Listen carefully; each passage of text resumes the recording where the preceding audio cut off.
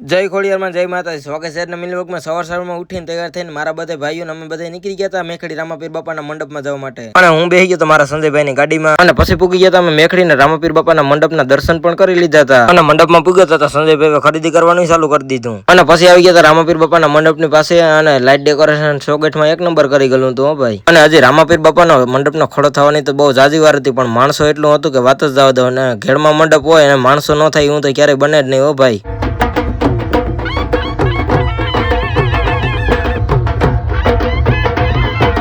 અને મંડપ ને ખડો થવાની હજી જાજી વાર હતી. પછી એમાં ઘડીક વાર ફરવા નીકળી ગયા અને મેખડીના મંડપમાં સગડોળ કે એવું કઈ હતું નહીં. આ છોકરાઓને ઠેકડા મારવાનું હતું, જે એક તો એમાં કરમાઈ ગયું હતું.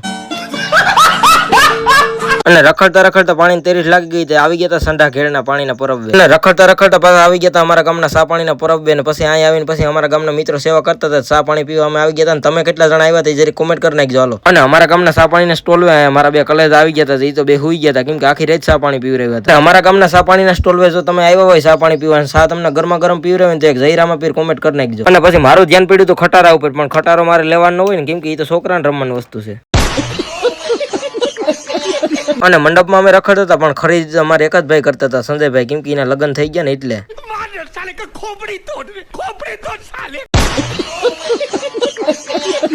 અને પછી તો રામાપીર બાપાના મંડપનો ખડો થવાનો હતો. પછી અમે આવી ગયા હતા મંડપના ગ્રાઉન્ડમાં. અને આ ત્રણને તમે વર્તો તો પછી એ મંડપ કરવા આવી ગયા હતા.